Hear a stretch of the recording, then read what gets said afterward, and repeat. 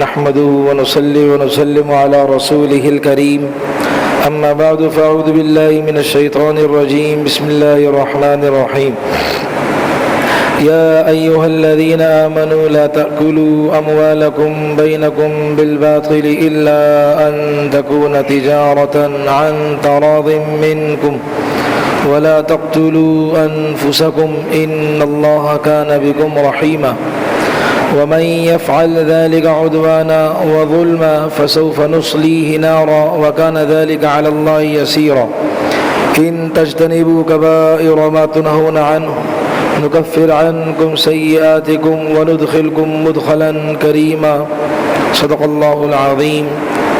سورہ نساء پارہ نمبر 5 آیت 29 سے لے کر 31 تک اللہ تعالیٰ ارشاد فرماتے ہیں، جس کا مفہوم یہ ہے ایمان والوں کو خطاب کرتے ہوئے کہ اے ایمان والوں، آپ لوگ اپنا مال آپس میں ناحق طریقے سے مت کھائیں، اپنا مال آپس میں ناحق طریقے سے، باطل طریقے سے، ناحق طریقے سے اپنا مال نہ کھائیں۔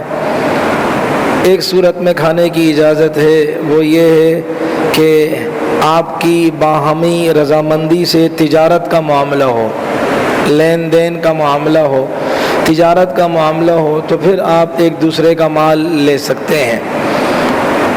اور اللہ ارشاد فرماتے ہیں اور اپنے آپ کو قتل مت کریں، یقیناً اللہ تم پر بہت مہربان ہے۔ اور جس نے یہ عمل کیا، یعنی ناحق کسی کا مال کھایا یا قتل کیا، جس نے یہ کام کیا حد سے تجاوز کرتے ہوئے اور ظلم کے طور پر، تو عنقریب ہم ان کو دوزخ میں داخل کریں گے۔ اور دوزخ میں داخل کرنا اللہ کے لیے مشکل نہیں ہے، وَكَانَ ذَلِكَ عَلَى اللَّهِ يَسِيرًا، یہ اللہ تعالیٰ کے لیے آسان ہے۔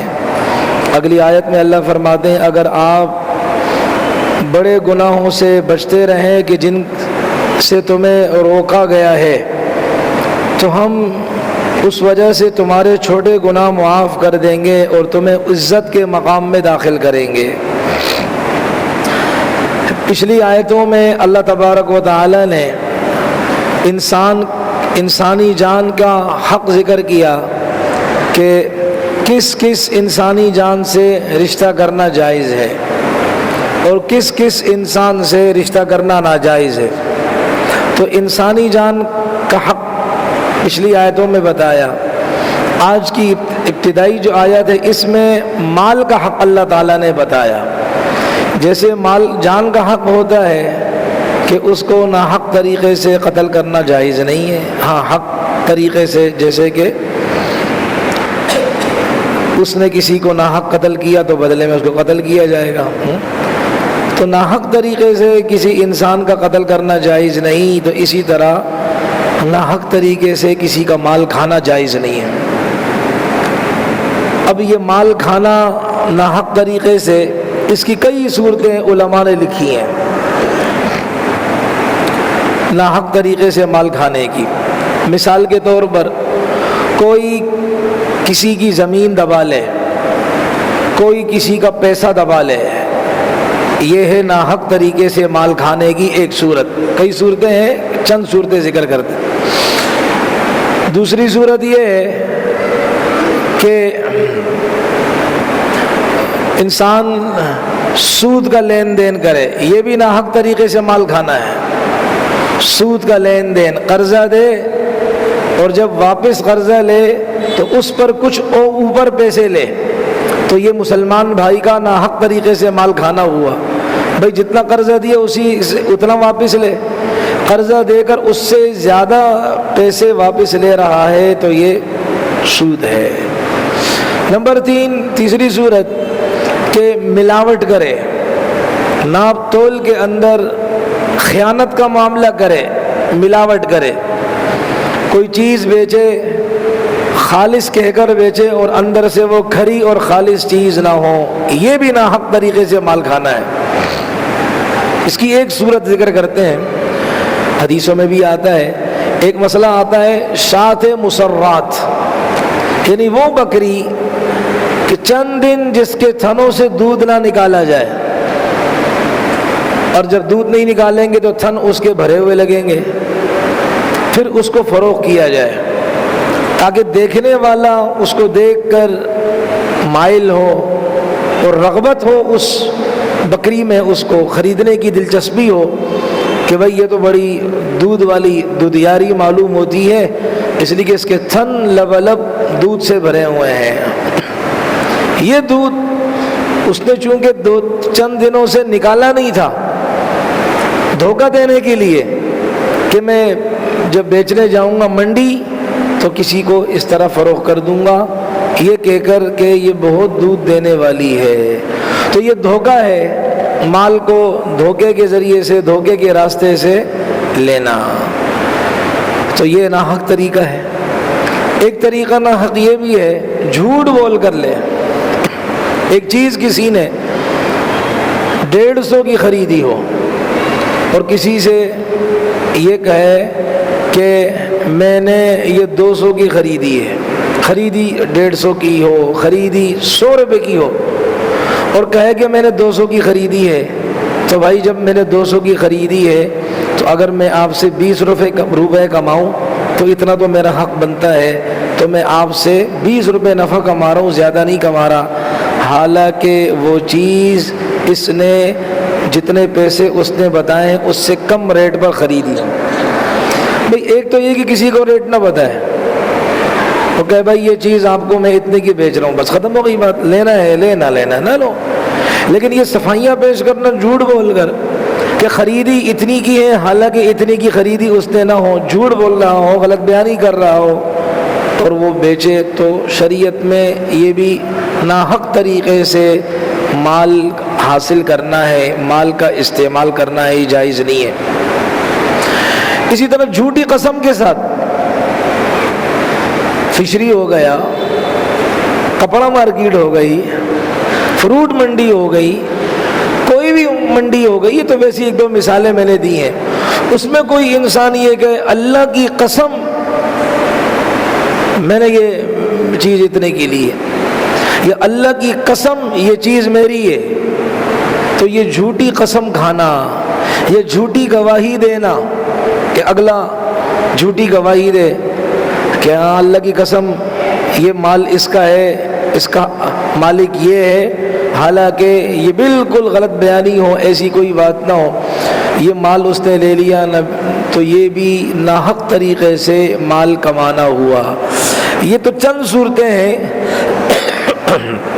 صورتیں جتنی بناتی جائیں بنتی جائیں گی کہ جھوٹ کے ذریعے سے اور دھوکہ دہی کے ذریعے سے، ملاوٹ کے ذریعے سے، سود کے ذریعے سے، یا اس زمین کے 2 نمبر کاغذ بنا دے اور کہے کہ بھائی یہ زمین میری ہے، کیا جی میرے پاس پروف ہے، یہ کاغذات میرے ہیں، یہ گورنمنٹ سے میں نے جو ہے نا وہ سارے کے سارے اپنے نام کروائے ہیں، یہ شروع سے میرے نام پر ہیں، وغیرہ وغیرہ، تو یہ بھی ناحق طریقے سے مال کمانا، مال ایک دوسرے کا استعمال کرنا ہے۔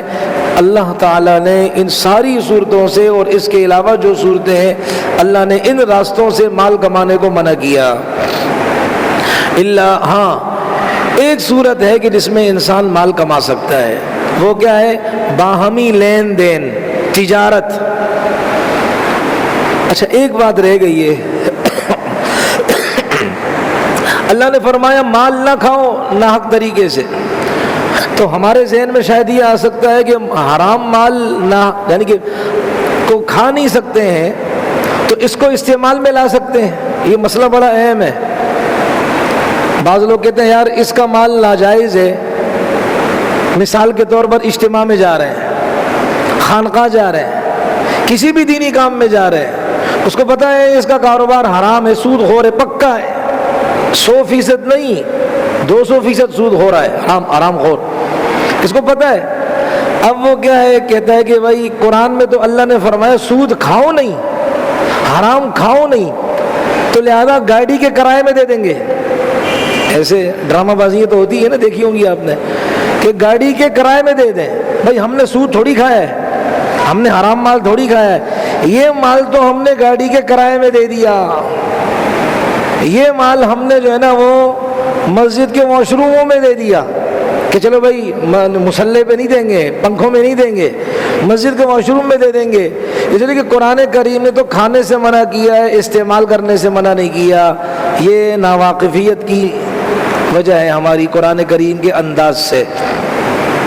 دیکھیں، چونکہ اکثر و بیشتر انسان، آپ دیکھیں، انسان کھانے کی پینے کے بغیر نہیں رہ سکتا، کھانے کے بغیر نہیں رہ سکتا، دوسری چیزوں کے بغیر انسان رہ لیتا ہے۔ بھائی آپ کے میرے سر کے نیچے تکیہ نہ ہو پھر بھی رہ لیں گے، نیند آ جائے گی، گدا نہ ہو، بیڈ نہ ہو تب بھی نیند ہمیں آ جائے گی، خوشبو نہ ہو، کپڑوں پر اسپرے نہ مارے تب بھی کپڑے پہننے میں ستر پوشی کا کام کریں گے، سواری ہائی فائی نہ ہو پھر بھی کیا ہے بھائی، ہمارا کام جس منزل تک ہم نے جانا ہے پہنچ جائیں گے، ٹھیک ہے، اس کے بغیر کام ہمارا ہو سکتا ہے، کھانے پینے کے بغیر کام نہیں ہو سکتا، اس لیے کہ دنیا کا نظام ہی کھانے پینے پر ہے۔ انسان گھر سے نکلتا ہے کس کے لیے؟ بچوں کی خدمت کرنے کے لیے، ماں باپ کی خدمت کرنے کے لیے، دال روٹی کے لیے، روٹی روزی کے لیے نکلتا ہے۔ تو چونکہ دنیا کا اکثر معاملہ کھانے پینے پر موقوف ہے، اس لیے قرآن کریم نے اس کو ذکر کیا ہے۔ اس کا مطلب یہ نہیں کہ حرام چیزوں کو، حرام پیسوں کو کھانے پینے کے علاوہ دوسرے کاموں میں لگانا جائز ہے۔ اب مسجد میں حرام مال کے پنکھے دینا جائز ہو گئے، حرام مال کے جو ہے نا وہ بڑے بڑے مصلے دینا جائز ہو گئے، اس لیے کھا تو نہیں رہے۔ اب نکتے کی بات کہ جو چیز کھانے میں استعمال ہو اس کو اور چیزوں میں بھی استعمال نہیں کر سکتے۔ نکتے کی بات سمجھ میں آئی بھائی؟ جو چیز کھانے میں استعمال ہو اگر وہ حرام ہے تو اس کو اور کاموں میں بھی استعمال نہیں کر سکتے۔ پیسہ کھانے میں استعمال ہوتا ہے، اس سے روٹی لیتا ہے انسان، اس سے سبزی لیتا ہے، اس سے گوشت لیتا ہے، تو پیسہ کھانے میں استعمال ہوتا ہے، تو جو چیز کھانے میں استعمال ہو وہ کھانے کے علاوہ اور چیزوں میں بھی اس حرام چیز کو استعمال کرنا جائز نہیں ہے۔ اب معاملہ صاف ہو گیا ہے۔ تو چونکہ کھانے پینے کی ضرورت، اس کے بغیر ہمارا انسانوں کا گزارا نہیں ہے، تو اسی چیز کو قرآن کریم نے زیادہ واضح کر کے ذکر کیا ہے۔ اس کا مطلب یہ نہیں ہے کہ اس کے علاوہ میں ہم پیسوں کو استعمال کر سکتے ہیں، نہیں، وہ میں نے آپ کے سامنے عرض کر دی ہے۔ ہاں، ایک حق راستہ ہے، جیسے کہ 15 قسم کی عورتوں سے نکاح کرنا حرام میں پیچھے گزرا ہے، لیکن کچھ عورتوں سے نکاح کرنا جائز ہے۔ اسی طرح مال کے حقوق ہیں، کچھ صورتیں ایسی ہیں جس میں مال کھانا حرام ہے، لیکن کچھ صورتیں ایسی ہیں جس میں مال کھانا بالکل حلال ہے، جائز ہے، اور شریعت نے اس کی بڑی تعریف کی ہے۔ آگے عرض کرتا ہوں، وہ باہمی لین دین، تجارت۔ تجارت کا مفہوم کیا ہے؟ مبادلۃ المال بالمال عن التراضی یا بالتراضی، مال کا تبادلہ مال کے ساتھ باہمی رضامندی سے۔ میں آپ کو کوئی چیز بیچ رہا ہوں اور آپ اپنی رغبت سے اس چیز کو خرید رہے ہیں، میں اپنی چیز دوں گا، اس کے بدلے میں آپ سے پیسے لوں گا، آپ مجھ سے میری چیز لیں گے، اس کے بدلے میں آپ مجھے پیسے دیں گے، یہ معاملہ باہمی رضامندی سے ہو رہا ہے، اسی کو جائز صورت کہتے ہیں۔ لیکن شرط یہ ہے کہ شریعت نے بھی اس کو جائز کہا ہو۔ اب سودی لین دین تو کہتے ہیں ہم تو باہمی رضامندی سے کر رہے ہیں، باہمی رضامندی سے تو کر رہے ہیں، لیکن شریعت نے پہرے ڈالے ہوئے ہیں کہ اللہ اور نبی کی نگاہ میں یہ جائز بھی ہے کہ نہیں ہے۔ تو یہ ناحق طریقے سے مال کھانا وہ جائز نہیں ہے۔ ایک دو صورتیں اور ذہن میں آ رہی ہیں، مثال کے طور پر، یا وہ آگے شاید آ جائے۔ مثال کے طور پر ایک آدمی ہے، اس کا کام ہی میوزک بجانا ہے، اور اس کے ذریعے سے وہ پیسے حاصل کرتا ہے، ڈرم بجاتا ہے، گٹار بجاتا ہے، یا ڈیگ میگ رکھتا ہے، اور اس سے اللہ کی نافرمانی کی آوازیں گونجواتا ہے، اس سے جو پیسے حاصل ہوں گے یہ بھی ناحق مال حاصل کرنا ہے، جائز نہیں ہے، کہ درست نہیں ہے، یہ طریقہ غلط ہے۔ اسی طریقے سے حلال مال ہے، لیکن حلال مال کو مس یوز کر رہا ہے، غلط استعمال کر رہا ہے، یہ بھی حرام ہے۔ فشری جاتا ہے بیچارہ، سمندر میں جا رہا ہوتا ہے، ہفتے ہفتے نہیں آتا، یا منڈیوں میں جاتا ہے بیچارہ، صبح سویرے جاتا ہے، رات کو آتا ہے، بچوں کے لیے کماتا ہے، شادی کا موقع آتا ہے تو ماشاء اللہ یہاں کی مبارک سنت پر پھر عمل ہوتا ہے۔ سب سے پہلے کیا ہے، قناتیں لگتی ہیں، پھر عمدہ قسم کے ڈانسر کو بلایا جاتا ہے جو ایک نمبر کا کمینہ اور بے حیا ہو، معذرت، جو بچیوں کے ساتھ، عورتوں کے ساتھ خبیث ناچتا ہو، ایک نمبر کا بے حیا اور بے شرم قسم کا ہو۔ کہاں سے آئے جی؟ ملیر سے آئے، بے غیرتوں کی جماعت آئی ہے وہاں سے، بے حیاؤں کی جماعت وہاں سے آئی کہ ناچنے کے لیے۔ اور جو ہے نا یہ حضرت نے جو خون پسینے کی کمائی حاصل کی ہے اور لٹا دیا سارے کا سارا، اللہ کی نافرمانی کی نظر کر دیا ہے، یہ بھی اسی میں آئے گا، ثواب مواب نہیں ملے گا۔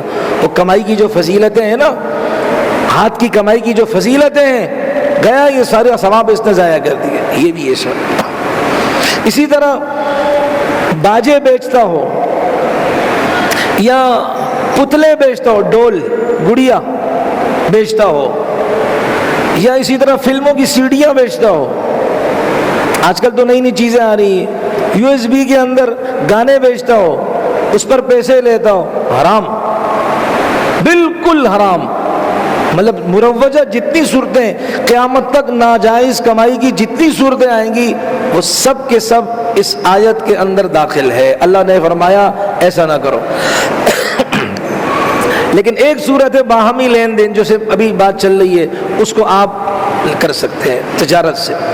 تو سوال یہ ہوتا ہے یار ہر آدمی تو تجارت نہیں کرتا، بھئی کوئی مزدوری کر رہا ہوتا ہے، کسی کا ملازم ہوتا ہے، کسی کی دکان میں ملازمت کر رہا ہوتا ہے، یا فشری میں تو کسی کی ماتحتی میں ہوتا ہے، منڈی میں کسی کی ماتحتی میں ہوتا ہے، دکان میں کسی کا ملازم ہوتا ہے، مہینے کی تنخواہ یا ہفتے کی دہاڑی، ہفتے کی تنخواہ ہوتی ہے، یا روزانہ کی دہاڑی دار ہوتا ہے، مزدور ہوتا ہے، تو یہ تو مزدور ہے۔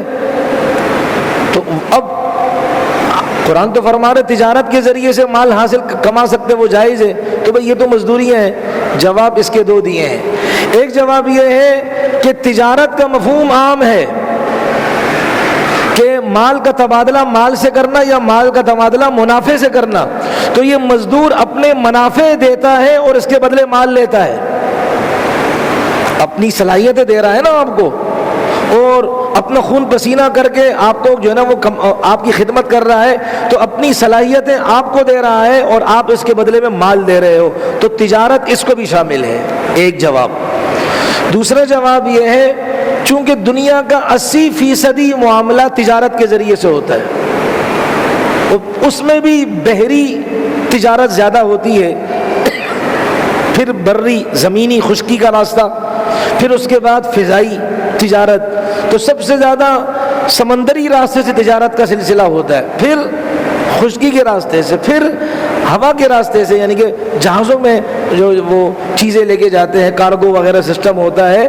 تو یہ چونکہ تجارت 80% تجارت کا معاملہ دنیا میں زیادہ ہوتا ہے، اس لیے شریعت نے تجارت کو ذکر کیا۔ لیکن اگر کوئی کسی کے ہاں ملازمت کر رہا ہے اور امانت داری کے ساتھ خدمت کر رہا ہے تو انشاءاللہ یہ فضیلت اس کو بھی شامل ہوگی۔ اب حدیث میں آتا ہے، آپ علیہ السلام نے فرمایا، جس کا مفہوم یہ، آپ علیہ السلام سے پوچھا گیا کہ سب سے پاکیزہ کمائی کون سی ہے؟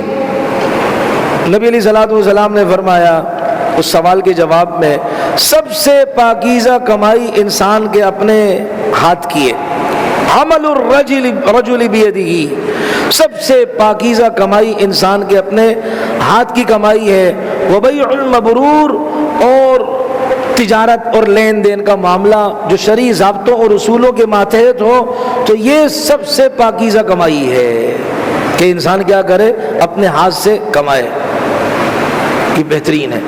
اور اسی طریقے سے نبی علیہ السلام کی خدمت میں ایک آدمی آیا، آپ علیہ السلام سے مصافحہ کیا، سلام کیا، اور جب سلام کیا تو آپ علیہ السلام کے ہاتھ تو ریشم سے زیادہ نرم ہوتے تھے، تو اس آدمی کے ہاتھ کی سختی نبی علیہ السلام نے محسوس کی، اور آپ علیہ السلام نے اس سے پوچھا کہ آپ کے ہاتھ سخت ہے کیوں؟ تو اس نے جواب میں عرض کیا، اللہ کے رسول صلی اللہ علیہ وسلم، میں مزدوری کرتا ہوں، نبی علیہ السلام نے فرمایا الکاسب حبیب اللہ، محنت مزدوری کرنے والا اللہ کا محبوب ہے۔ اور پھر نبی علیہ السلام نے ان کے ہاتھ کا بوسہ لیا، یعنی دنیا تو اپنے سے بڑے کے ہاتھ کا بوسہ لیتی ہے، اور پاک نبی علیہ السلام مزدور کی قیمت کو بتاتے ہوئے فرماتے ہیں عملی طور پر کہ یہ مزدور اتنا قیمتی ہے کہ ہاتھ اس کے ہوں اور ہونٹ محمد الرسول اللہ کے ہوں صلی اللہ علیہ وسلم۔ یہ اس مزدور کی اہمیت کو بتاتے ہیں کہ بھئی چوری تو نہیں کر رہا نا، ڈکیتی نہیں کر رہا، وہ اپنے بچوں کے لیے روزی کے لیے نکلتا ہے، تو ظاہر بات ہے یہ دنیا میں امن قائم کرنے والا ہے۔ چور اچکا وہ بدامنی کرتا ہے، ڈکیت وہ بدامنی کرتا ہے، یہ تو امن کا راستہ اختیار کرتا ہے، کسی سے کوئی لین دین کوئی غرض نہیں، چپ کر کے جاتا ہے، صبح شام کو آتا ہے، اپنے بچوں اپنے ماں باپ کی خدمت کے لیے نوکری کرتا ہے، روزی روٹی کماتا ہے۔ تو یہ تجارت کے ماتحت جتنی بھی جائز صورتیں ہیں، چاہے وہ مزدوری سے متعلقہ ہوں یا اسی طرح کسی نے آپ کو ہدیہ کر دیا، ہدیہ بھی اس میں داخل ہے کہ آپ کو کسی نے ہدیہ کر دیا تو یہ ہدیہ بھی اس میں داخل ہے، لیکن میں نے عرض کیا تجارت چونکہ زیادہ تر ہوتی ہے اس لیے قرآن کریم نے اس کو ذکر فرمایا۔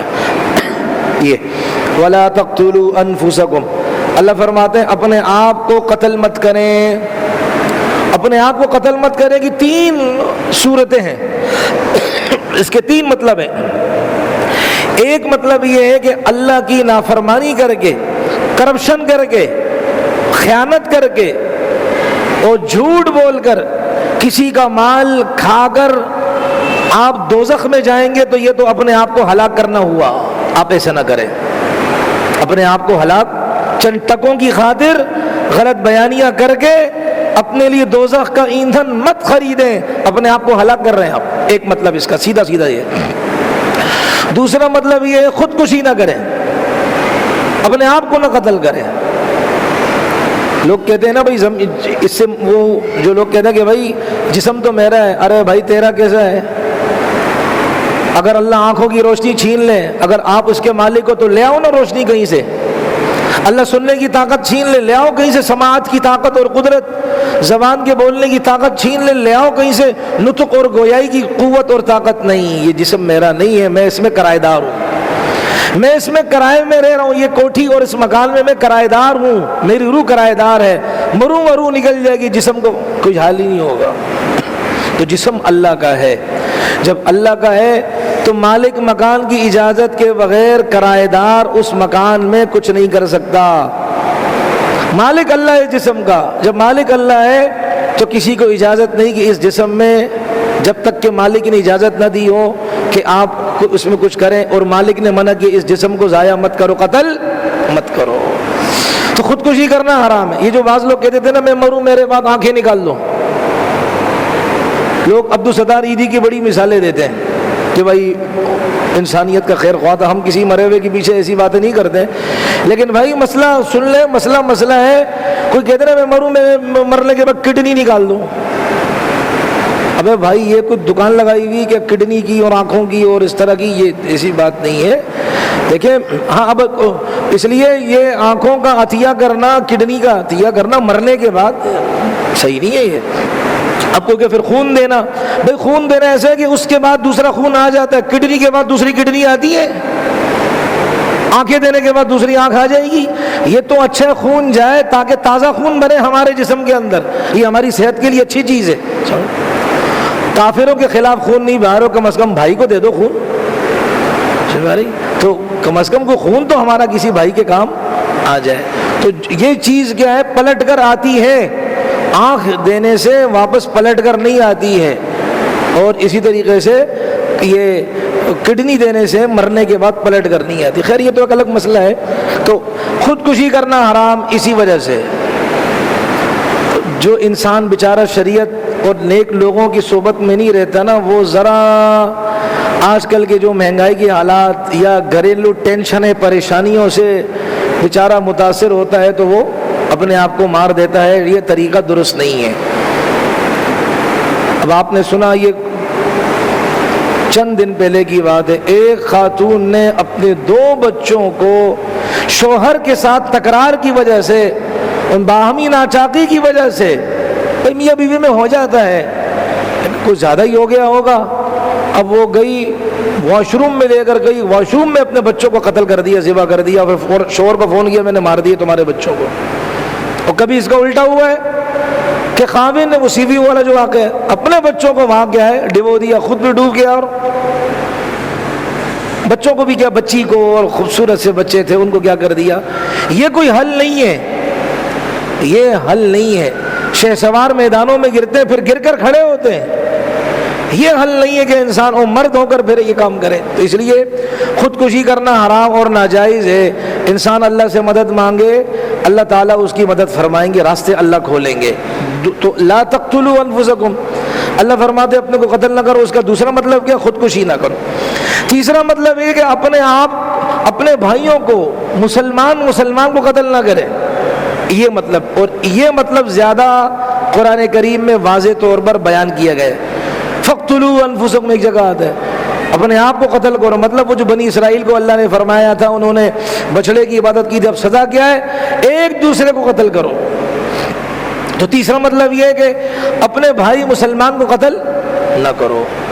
حدیث پاک میں بھی آتا ہے نا کہ لَهَوَانُ الدُّنْيَا اکبر علی اللہ من قتل رجل مسلم، اللہ تعالیٰ کے ہاں پوری دنیا کا تباہ کر دینا یہ اتنا بڑا نہیں مسئلہ، کہ جتنا اس سے بڑا مسئلہ یہ ہے کہ ایک مسلمان کو ناحق قتل کرنا، دنیا کو ختم کر دینا۔ ایک طرف یہ نقصان، ایک طرف مسلمان بھائی کو ناحق قتل کرنا، یہ دنیا کو تباہ کرنے سے زیادہ بڑا نقصان ہے۔ تو شریعت فرماتی ہے کہ ایسا نہ کریں۔ تو یہ تین صورتیں علماء نے بیان کی ہیں کہ تو یہ دو مطلب، تین مطلب ہو گئے۔ ان اللہ کان بکم رحیما، اللہ فرماتے میں تم پر مہربان ہوں، یہ جو میں آپ کو احکام دے رہا ہوں، یہ نہ کرو، یہ کرو، وہ نہ کرو، یہ کرو، وجہ میں آپ پر مہربان ہوں، میں آپ کے ساتھ شفقت والا معاملہ کرتا ہوں تاکہ میرے بندے وہ سرخرو رہیں۔ دیکھو مسلمان کو جان بوجھ کر قتل کرنا، اس کے واضح اس کے احکام آگے آئیں گے، 5ویں ہی پارے کے اندر آگے آئیں گی، پھر اس کے بارے میں وہاں تھوڑی تفصیلی بات ہوگی۔ تو اللہ فرماتا ہے میں مہربان ہوں، میری بات مانیں۔ آپ خود سوچیں، جب انسان مالی کرپشن نہیں کرے گا، انسانوں کو ناحق قتل نہیں کرے گا، ایک ہے حق پر قتل کرنا کہ کسی نے کسی کو ناحق قتل کیا، اب قاتل کو پکڑ کر کیفر کردار پر تک پہنچانا یہ لازمی اور ضروری ہے، یہ ناحق قتل کرنا نہیں ہے، یہ قصاص کہتے ہیں، اور بالکل اس طرح ہونا چاہیے۔ تو اگر کوئی انسان یہ دیکھیں اس قرآنی تعلیم پر عمل کرے کہ ایک دوسرے کا مال ناحق نہ کھائے، ناحق انسانوں کو قتل نہ کریں، آپ بتائیں دنیا میں امن قائم ہوگا کہ نہیں ہوگا؟ تو قرآن کریم تو فارمولے دے رہا ہے دنیا میں امن قائم کرنے کے، مالی اسکینڈل نہ کریں، قتل انسانیت نہ کریں، تو دنیا میں امن قائم ہوگا۔ تو قرآن کریم کتاب ہدایت کی ہے اور امن کی کتاب ہے۔ وہ جو گلینڈ سٹون نے کہا تھا برطانیہ کی پارلیمنٹ کے اندر، کہا کہ انسانیت کے دو دشمن ہیں، کہا ایک محمد اور ایک محمد پر یہ اتاری جانے والی کتاب اور تلوار، کہا یہ انسانیت کے دشمن ہیں، نعوذ باللہ من ذالک، حالانکہ یہ انسانیت کی خیر خواہ ہے۔ اللہ فرماتے میں تم پر مہربان ہوں اور میں نے تمہیں حکم دیا قتل نہ کرو انسانوں کو، دنیا کے اندر انسانوں کا ناحق خون نہ بہاؤ، دنیا کے امن کو سبوتاج نہ کرو، خراب نہ کرو۔ اب بتائیں ٹیررسٹ مسلمان ہیں یا دوسرے؟ لیکن عجیب بات یہ ہے کہ ہمارے اپنے بھی اپنے ہی اسلام کو دشنام ترازی کا شکار بناتے ہیں اور اسی کو دوشی سمجھتے ہیں، اسی کو زیر عتاب لاتے ہیں، اسی کو کے اوپر تجزیے کرتے ہیں اور اسی کے اوپر زبان درازیاں کرتے ہیں کہ دیکھو اسلام کے اندر یہ حکم جو ہے نا وہ درست نہیں ہے۔ اللہ فرماتا ہے میں مہربان ہوں، میں جو حکم دوں گا شفقت کی بنا پر دوں گا، میری کوئی آپ سے دشمنی تو نہیں، تم تو میرے بندے ہو۔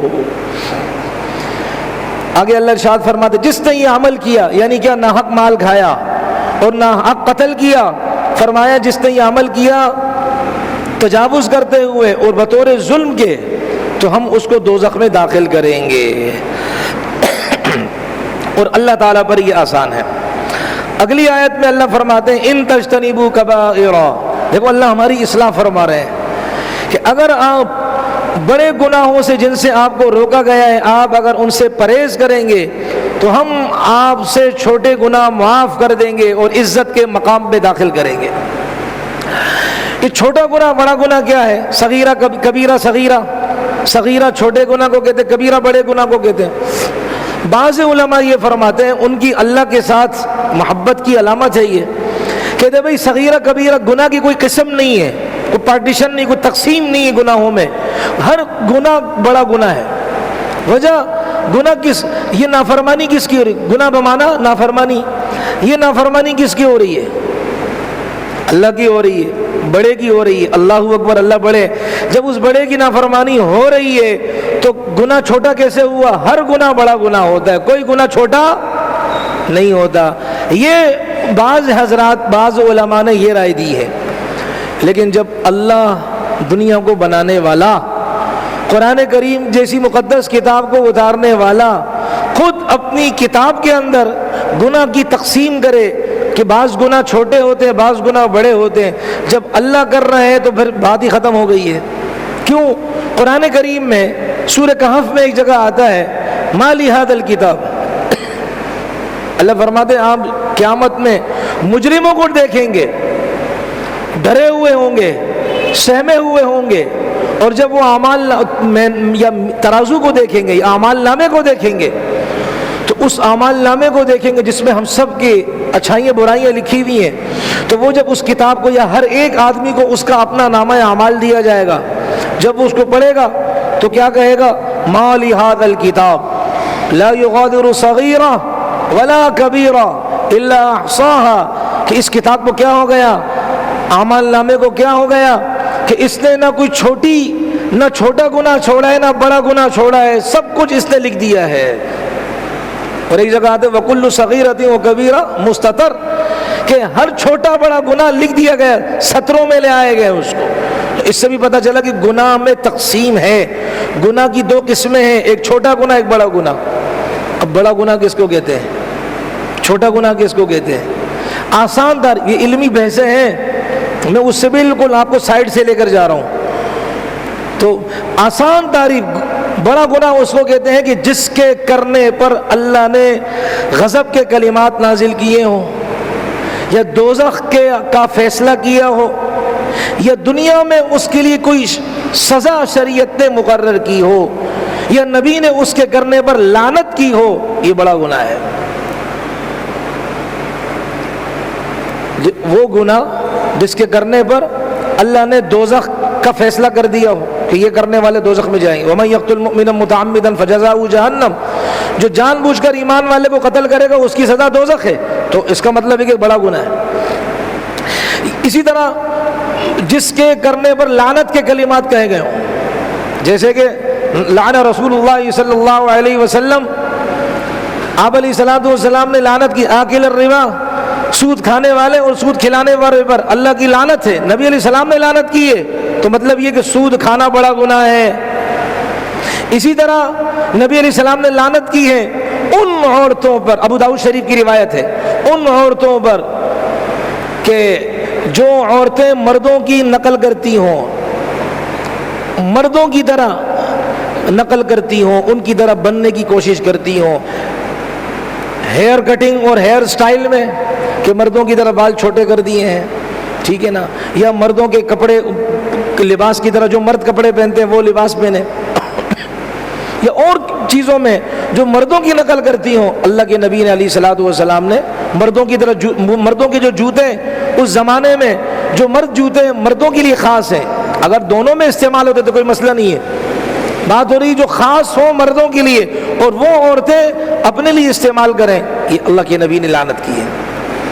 اور اسی طرح ان مردوں پر لعنت کی آپ علیہ السلام نے کہ جو مرد عورتوں کی نقل کرتے ہوں، کانوں میں بالیاں، ماشاءاللہ جی، اس سے کیا ہے، نیتن یاہو ہلے گا،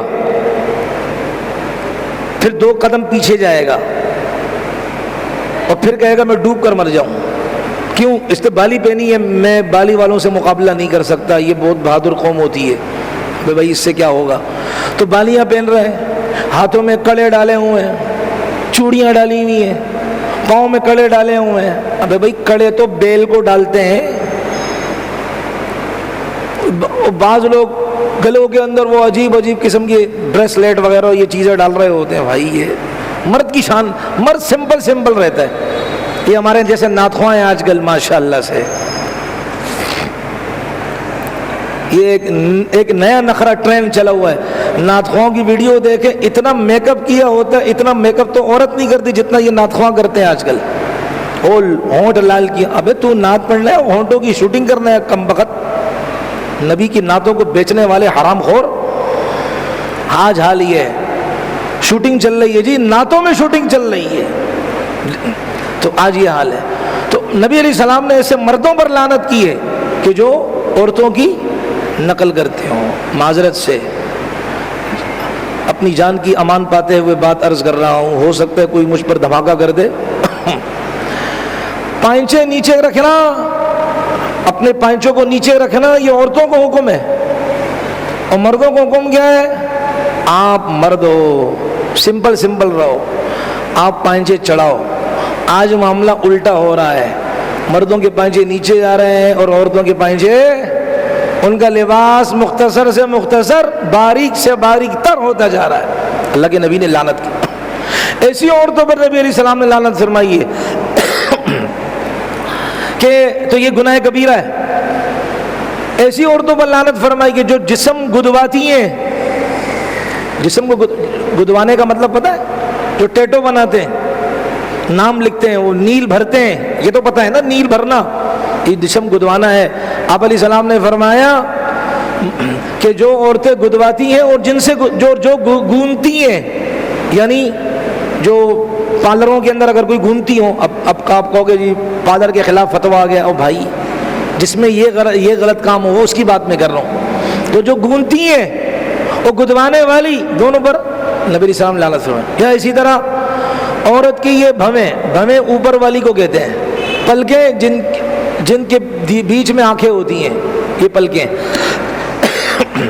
تو بھویں, آپ علیہ السلام نے ایسی عورتوں پر لعنت کی ہے کہ جو اپنی بھووں کو باریک کرے.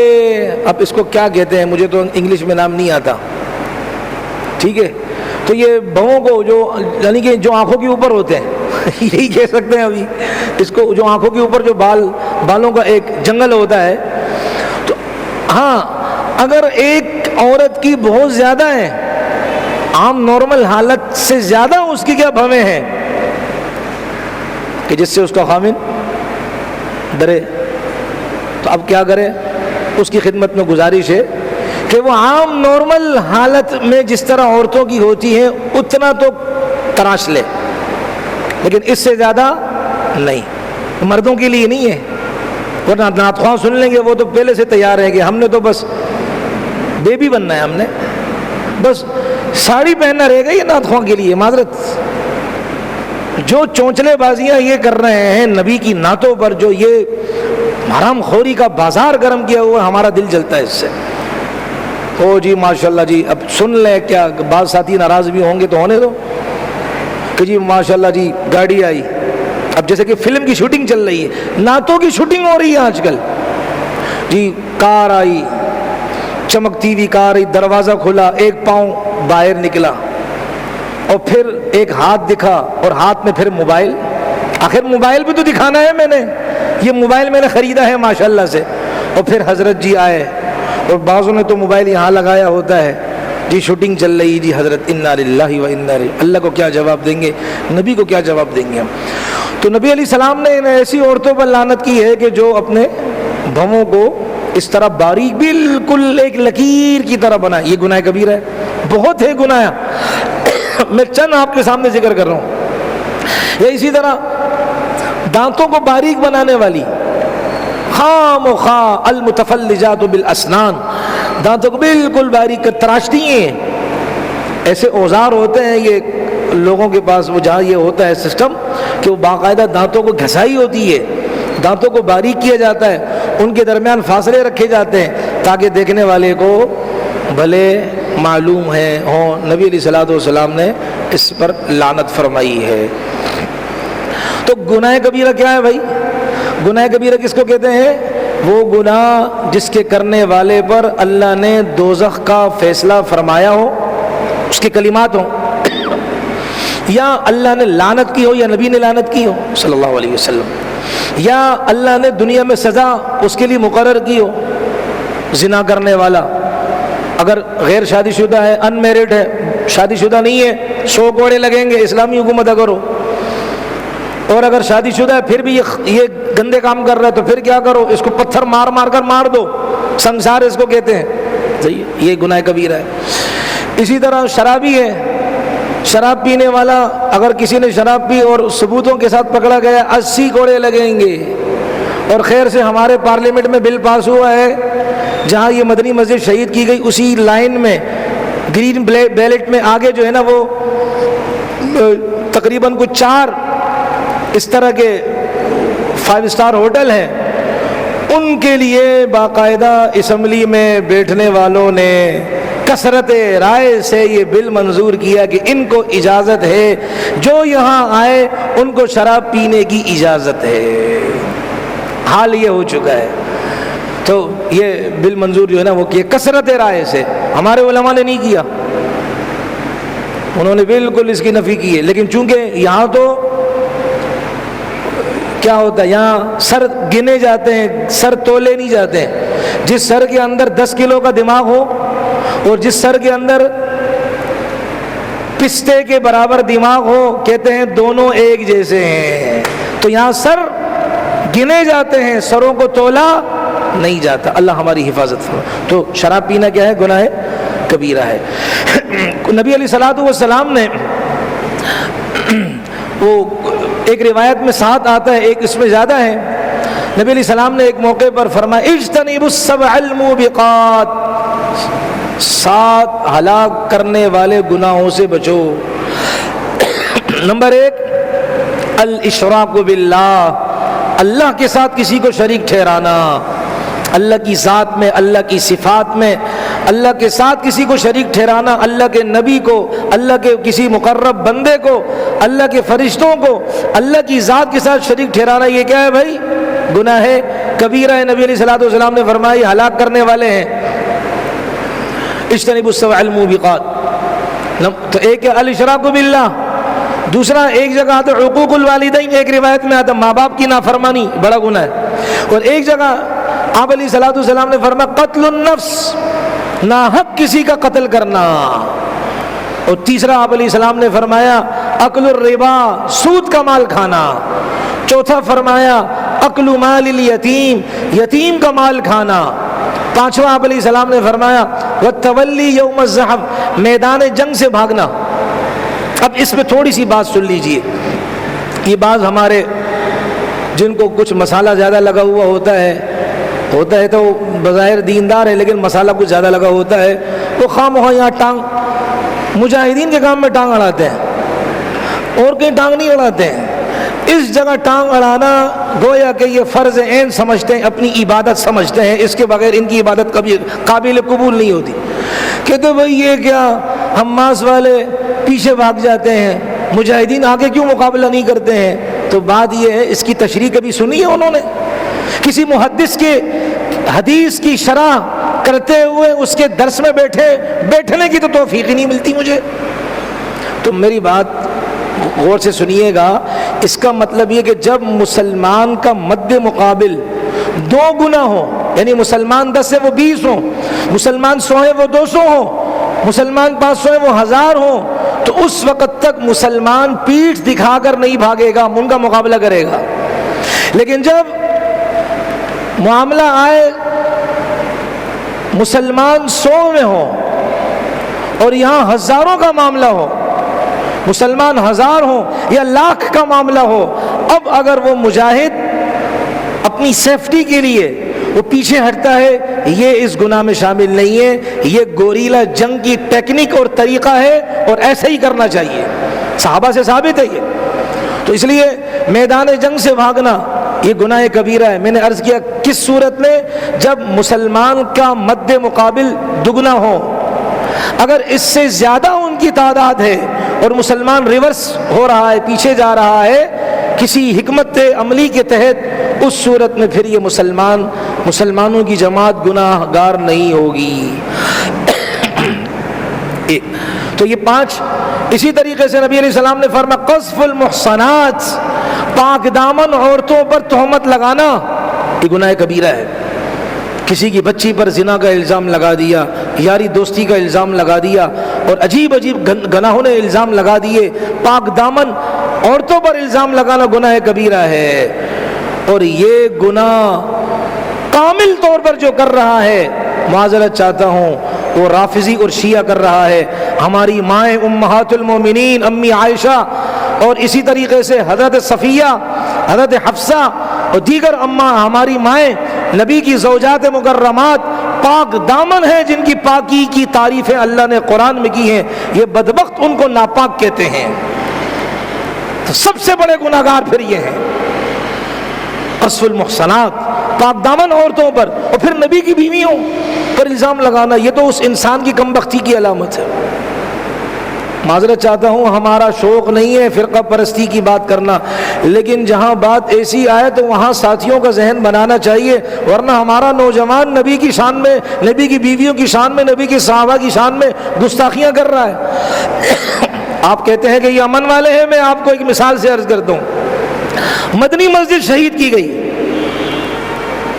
راتوں رات وہاں پودے لگا دیے. اب ایک عالم دین کا کلپ سنا، انہوں نے یہ جو کارروائی کی ہے ہو بہو یہ کارروائی انہوں نے بتایا کہ آج سے تقریباً 40 سال پہلے خمینی، جانتے ہیں بھائی خمینی کو جانتے ہیں؟ خمینی ایرانی انقلاب کا بانی خمینی، جن کو یہ شیعہ اپنا مقتدیٰ کہتے ہیں، جس نے حضرت عائشہ کے بارے میں وہ گندی زبان استعمال کی ہے، شاید کہ عبداللہ ابن ابی نے بھی وہ زبان استعمال نہیں کی ہوگی. اس کی ماں نے، ایک علاقہ تھا وہاں مسلمانوں کی مسجد تھی، یعنی آپ خود سوچے کڑیوں سے کڑی ملا ہے. اللہ نے عقل فہم و فراست دی ہے سب کو. اس کی ماں نے کہا مؤذن 5 دفعہ اذان کی آواز دیتا ہے، میری نیند خراب ہوتی ہے. ابے تو بھنگ پی کے سوتی ہے، 5 دفعہ اذان دیتا ہے وہ مؤذن، تو 24 گھنٹے سوئی رہتی ہے منوس. کب 5 دفعہ مؤذن اذان دیتا ہے، میری نیند خراب ہوتی، ڈسٹرب ہوتی ہوں میں، لہذا مسجد کو گراؤ. تو خمینی نے کہا کہ ٹھیک ہے میں مسجد گراتا ہوں.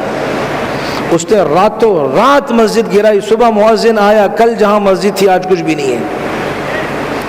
اور ان مولوی صاحب نے فرمایا، ہمارے پاکستان کے اور بڑی سفید ریش ہے، آپ نے کلپ سنا ہے ان کا، کہا کہ یہ تو چھوٹے درخت لگائے ہیں، انہوں نے بڑے بڑے درخت لگائے ہیں. اور ہمارے وزیر کون ہیں؟ تو ظاہر بات ہے اپنے بڑوں کی پیروی کریں گے. جیسے اس نے مسجد شہید کی درخت لگوا دیے بڑے پیمانے پر، وہ بڑا رافضی تھا تو بڑے درخت لگوا دیے، یہ چھوٹا رافضی تھا تو اس نے چھوٹے درخت لگا دیے. کام سیم انہوں نے ایک جیسے کیے. کہتے جی گرین بیلٹ میں آیا تھا. بھائی یہ جو مسجد بنی تھی آپ کے پاکستان کے پیدا ہونے سے پہلے کی مسجد ہے. ابھی پاکستان 47 میں بنا، یہ 1933 میں مسجد بنی ہے. وہ تقریباً 97 سال پرانی مسجد جسے شہید کر دیا گیا، یہ وہ مسجد ہے. آپ کا قانون بعد میں بنا، مسجد پہلے بنی ہے. اب کون سی جو ہے نا وہ باتیں کر رہے ہیں؟ یہ صرف لچر ہیں، لچر افسانے ہیں، اور ہمیں آپ کو گمراہ کرنے کی گمراہ کن باتیں کہی جا رہی ہیں تاکہ مسلمان گمراہ ہو جائیں. اب کل کو ہمارے یہ حکمراں یہ کس زبان سے، اللہ نہ کرے انڈیا کے اندر مسجد شہید کی جاتی ہے، وہ کس زبان سے وہاں کہیں گے کہ اے مسجد شہید نہ کرو؟ وہ کہے گا تم نے تو اسلام آباد کے اندر کی ہے، بے غیر تو تم نے تو، ہم تو چلو ہندو تھے، تم تو مسلمان تھے. کبھی تم نے ہم ہندوؤں کے بارے میں سنا کہ ہم نے اپنا مندر گرایا؟ کبھی تم نے ہم عیسائیوں کے بارے میں سنا کہ ہم نے اپنے ہاتھ سے چرچ گرایا؟ کبھی تم نے ہم مجوسیوں کے بارے میں سنا کہ ہم نے آتش کدے کو گرایا؟ آپ نے نہیں سنا ہوگا. لیکن تم مسلمانوں کے حکمران دیکھو، اپنے ہی ہاتھ سے راتوں رات مسجد شہید کر دیے. اللہ تعالیٰ کرے لاہور میں جب جانا ہو، بجائے یہ کہ ہم وہاں پھجے کے پائے کھانے اور اس طرف کا رخ کرے وہ بھی لیں، لیکن تاریخی شہر ہے، تاریخی مقامات جائیں. وہاں جب بھی جانا ہوتا ہے تو تقریباً کبھی کبھی رہ جاتا ہے اس مسجد کا دیدار کیا جاتا ہے، کرتے ہیں الحمدللہ. جو راتوں رات مسلمانوں نے بنائی، ایک رات میں پوری مسجد کھڑی کر دی، اس کا سٹرکچر، اس کا تعمیراتی جو شکل و صورت میں ڈھانچہ نہیں کہتے یہ مسجد کی بے اکرامی ہے۔ ہمارے ساتھی کہہ دیتے نا بھائی نماز کا ڈھانچہ بناؤ، یہ نماز کے لیے یہ لفظ استعمال کرنا صحیح نہیں ہے۔ کوئی کسی کے ابا کو کہے نا وہ تمہارا باپ جو ہے نا وہ ڈھانچے کی طرح جا رہا ہے، غصہ آئے گا۔ تو نماز کے لیے یہ الفاظ صحیح ہیں، اور جب اصلاح کرو تو کہتے دشمن ہے۔ ایسی دشمنی کروڑ دفعہ منظور ہے بھائی۔ تو وہ سٹرکچر، وہ ظاہری شکل بن گئی اس کی۔ علامہ اقبال رحمۃ اللہ علیہ بڑا زبردست انسان گزرا ہے، ہم نے پہچانا نہیں ہے چونکہ ہمیں پڑھایا جو جاتا ہے بس اسی طریقے سے ہم وہ یاد کرتے ہیں، ہم تاریخ سے واقف نہیں ہیں۔ علامہ اقبال کی داڑھی تھی، آخری دنوں میں داڑھی رکھ لی تھی۔ شاہ انور شاہ کشمیری رحمۃ اللہ علیہ کا پکا مرید بن چکا تھا، اور علامہ اقبال رحمۃ اللہ علیہ کی جو لائبریری تھی اس نے لائبریری سے ساری کتابیں نکلوائیں اور کہا سوائے قرآن کے ساری نکال دو، اس لیے کہ یہ کتاب کتاب ہدایت ہے۔ وہ اتنا بڑا عاشق قرآن تھا۔ عطا اللہ شاہ بخاری رحمۃ اللہ علیہ جب آتے تھے نا، ان کا آپس میں بڑا پیار و محبت والا معاملہ تھا، اور مجلس وہ کشت سافراں بن جاتی تھی۔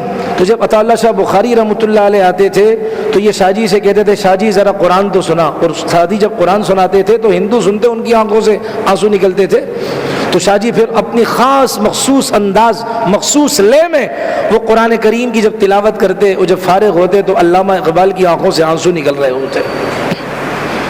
اللہ تعالی ہمیں بھی قرآن پاک سننے، پڑھنے اور سمجھنے کی توفیق عطا فرمائے۔ تو علامہ اقبال رحمۃ اللہ علیہ جب اس مسجد کے پاس سے گزرے تو علامہ اقبال نے وہ تاریخی شعر کہا جو آپ میں سے تقریباً بہت سے بھائیوں کو یاد ہوگا: مسجد تو بنا لی شب بھر میں ایمان کی حرارت والوں نے، من اپنا پرانا پاپی ہے برسوں میں نمازی بن نہ سکا۔ کہ راتوں رات ایمان کی حرارت والوں نے مسجد بنا لی، لیکن اپنا من، اپنا اندر وہ پرانا گناہ گار ہے، عرصہ دراز سے نمازی نہیں بن سکا ہے۔ تو ہم پھر کیا کہیں؟ مسجد تو گرا دی شب بھر میں منافقوں کی علامت والوں نے۔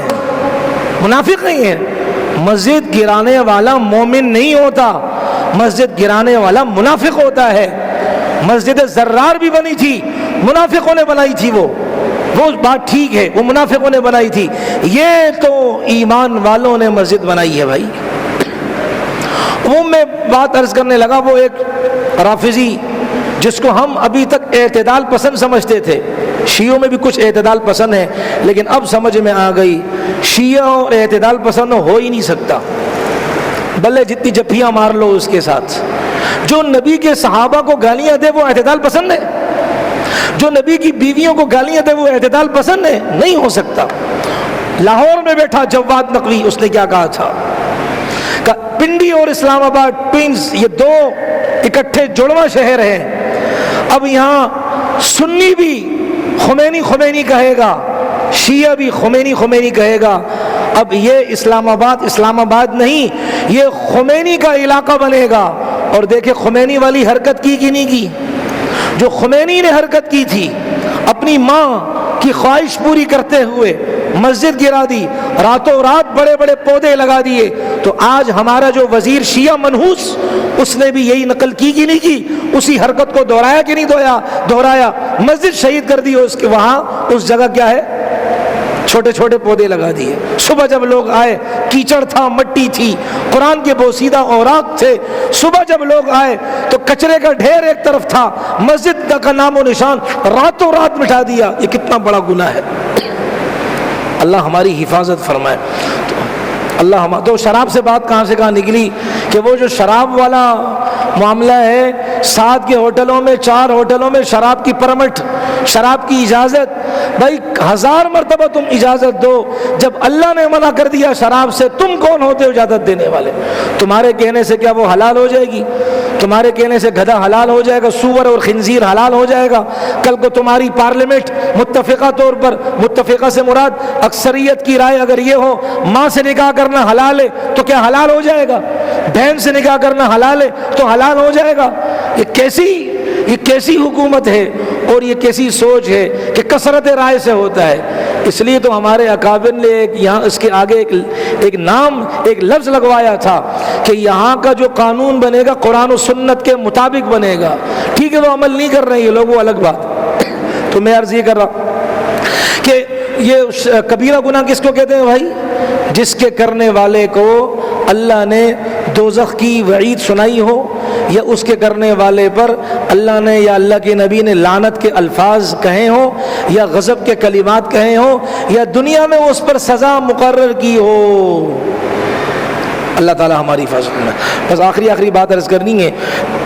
حضرت ابن عمر رضی اللہ عنہ، یہ تو 7 مہینے گنوائے ہیں. اب حضرت عبداللہ ابن عباس کی روایت ہے اور دیگر صحابہ سے بھی روایت ہے.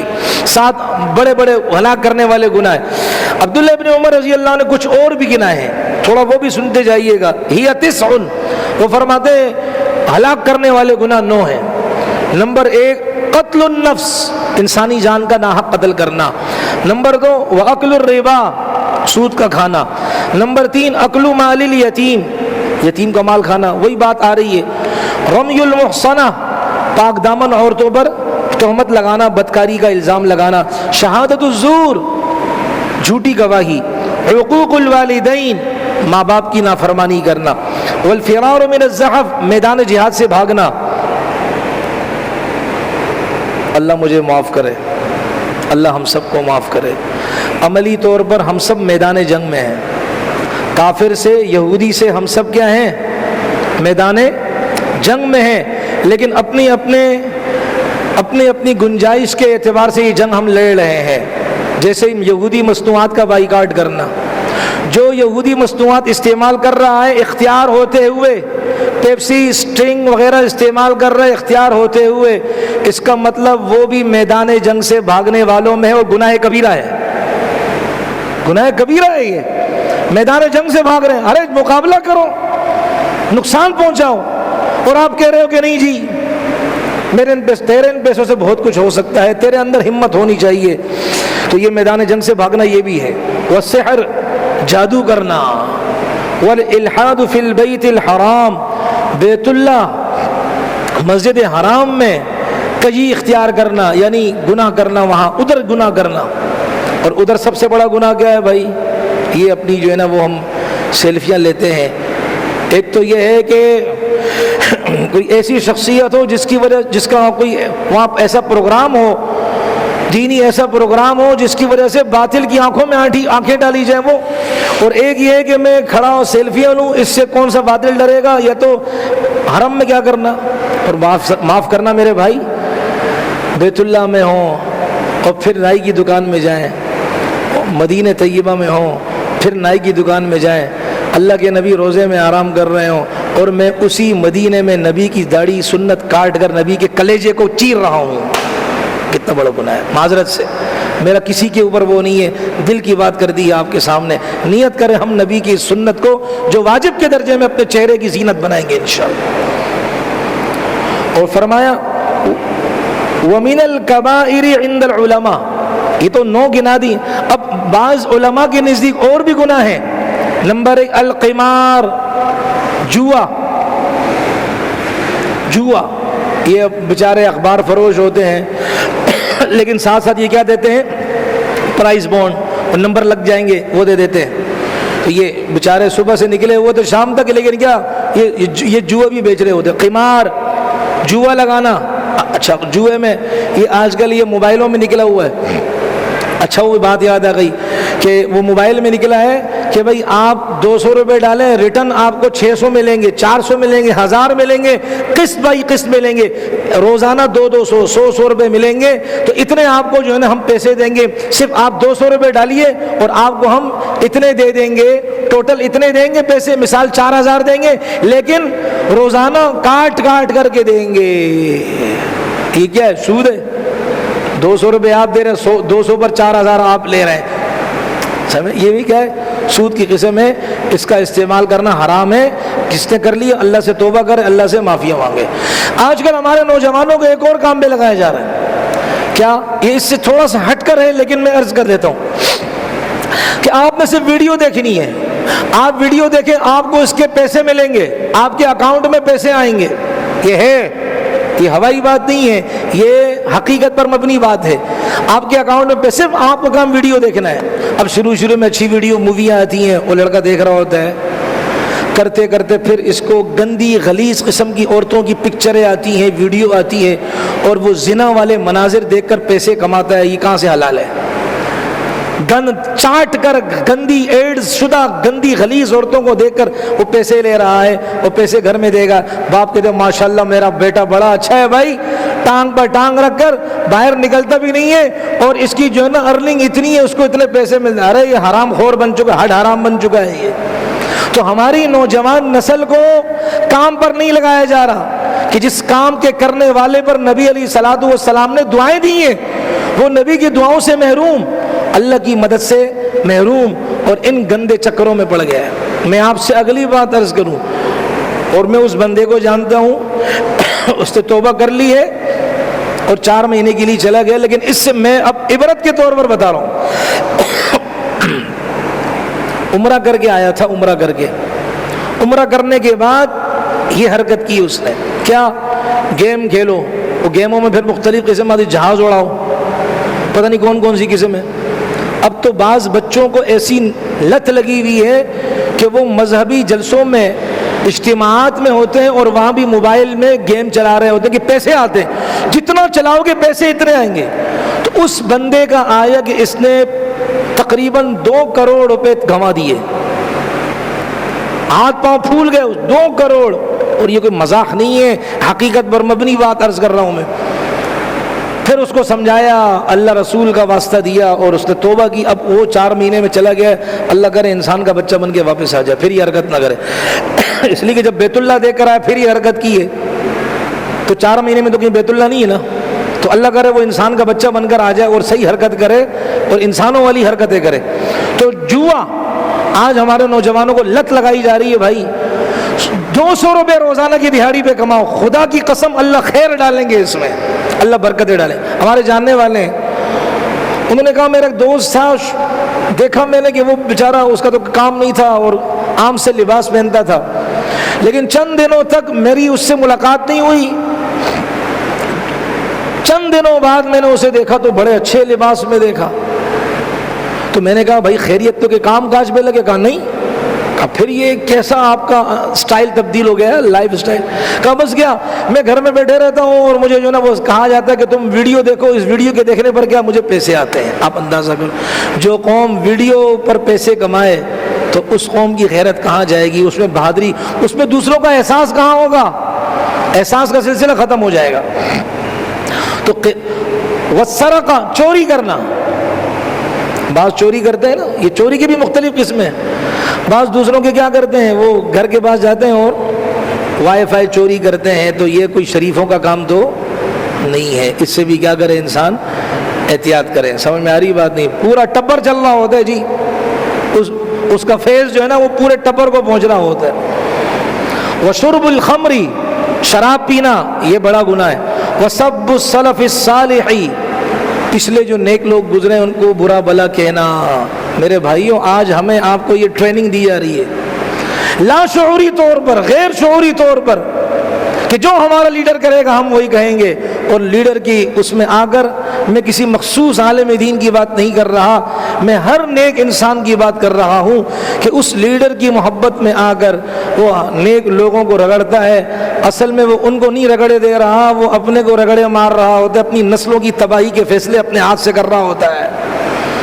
اس لیے میرے محترم، نیک لوگوں کے دلوں میں ہمارے دلوں میں ان کے لیے عظمت ہو تو اس سے ہماری اولادیں نیک بنیں گی انشاءاللہ۔ وعدول الحکام عن الحق، یہ بھی گناہ کبیرہ ہے کہ حکمران راستے سے ہٹ جائیں، جیسے مسجد شہید کرنے شروع کر دیے، زنا کے اڈے آباد کر رہے ہیں۔ ایک مریم اورنگزیب نام ہم کھل کر لیتے، کوئی بھی پارٹی اور کوئی بھی حکومت ہو، مریم اورنگزیب صاحبہ، جب یہ اپوزیشن میں کوئی بھی جماعت ہوتی ہے نا، وہ تو کہتے ہیں نہیں یہ ایسا ہو گیا، جیسے کہ اب آئندہ جب یہ حکومت میں آئیں گے تو پاکستان کو تو یہ کرپشن سے پاک کر دیں گے سالے، اور پاکستان کو بے حیائی سے پاک کر دیں گے، ہر طرف حیا کے نغمے ہوں گے۔ لیکن جب یہ آتے ہیں آخر یہ سارے چہرے وہیں سے فکس ہوتے ہیں نا. تو اس نے کیا کہا کہ یہ سینما جو ہال ہیں، جو 5 سینما ہال بند تھے، اللہ کے فضل سے ہم نے کھول دیے. اللہ کا شکر ہے، اللہ کا فضل ہے کہ ہم نے بڑا نیک کام ہوا ہے. یعنی وہاں زنا کے جو مناظر ہوں گے، بھائی اجنبی مرد اجنبی عورت ایک دوسرے سے بغل گیرو زنا ہے، یہ بوس و کناروں زنا ہے، یہ گانے باجے زنا کے منتر ہیں، یہ ہو سینما گھروں کے اندر ہو اور اس پر یہ اللہ کا نام لے. یہ ایسا ہے جیسے شراب پینے سے پہلے انسان اللہ کا نام لے، خنزیر کھانے سے پہلے اللہ کا نام لے. ان گدھوں کو اتنا نہیں پتا کہ اللہ کا نام کس جگہ لیا جاتا ہے اور کس جگہ اللہ کا نام نہ لینا گستاخی ہے. سینما آباد کرو، اللہ کے گھروں کو گراؤ. جیسے تمہیں اللہ نے ذلیل کیا تھا ممتاز قادری کو شہید کر کے، تمہاری ذلت کے دن پھر شروع ہیں انشاءاللہ. تمہیں اللہ پھر ذلیل کرے گا، تمہارے ذلت کے دن انشاءاللہ شروع ہیں. اللہ تعالیٰ کرم فرمائے گا انشاءاللہ. تو حکام کا حق راستے سے ہٹ جانا، واتباع الہوا، خواہشات کی پیروی کرنا، والیمین الفاجرہ، جھوٹی قسمیں کھانا، والقنوط من رحمت اللہ، اللہ کی رحمت سے مایوس ہونا، وسب الانسانی ابویہ، انسان کا اپنے ماں باپ کو گالی دینا. اب انسان اپنے باپ کو کیسے گالی دیتا ہے؟ اس کے 2 مطلب ہیں. ایک مطلب یہ کہ یہ کسی کے والد کو گالی دے، ریٹرن میں وہ اس کے والد کو گالی دے، تو ذریعہ یہ بنا اپنے والد کے گالی کا. یہ نہ کسی کے والد کو گالی دیتا، نہ وہ پلٹ کر اس کو جواب دیتا، تو ذریعہ یہ بنا اپنے باپ کو گالی پہنچانے کا. ایک مطلب. اور دوسرا کیا ہے؟ انسان اپنے والد کے سامنے دو بدو گالی دے، یہ مطلب. اور آج کل یہ بھی ہو رہا ہے، باپ کو گالی دیتے ہیں. تو یہ والسعی فی الارض فسادا، اور زمین میں فساد کرنا یہ بڑا گناہ ہے. تو زمین کے اندر قرآن کریم میں آتا ہے وَمَنْ أَظْلَمُ مِمَّنْ مَنَعَ مَسَاجِدَ اللَّهِ أَنْ يُذْكَرَ فِيهَا اسْمُهُ وَسَعَىٰ فِي خَرَابِهَا. اس سے بڑا ظالم کون ہے جو اللہ کے گھروں کو گرا دے اور زمین میں فساد مچائے. معلوم ہوا زمین میں اللہ کے گھروں کو گرانا یہ فساد کو مچانا ہے. تو فساد مچانا یہ بھی کیا ہے بھائی؟ بڑا گناہ ہے. تو یہ ہو گئے بڑے گناہ. یہ چند مثالیں دی ہیں. اللہ فرماتے ان سے بچو، چھوٹے گناہ میں تمہارے ویسے ہی معاف کر دوں گا. اللہ مجھے آپ کو سب کو چھوٹے بڑے جتنے گناہ ہیں ان سے بچنے کی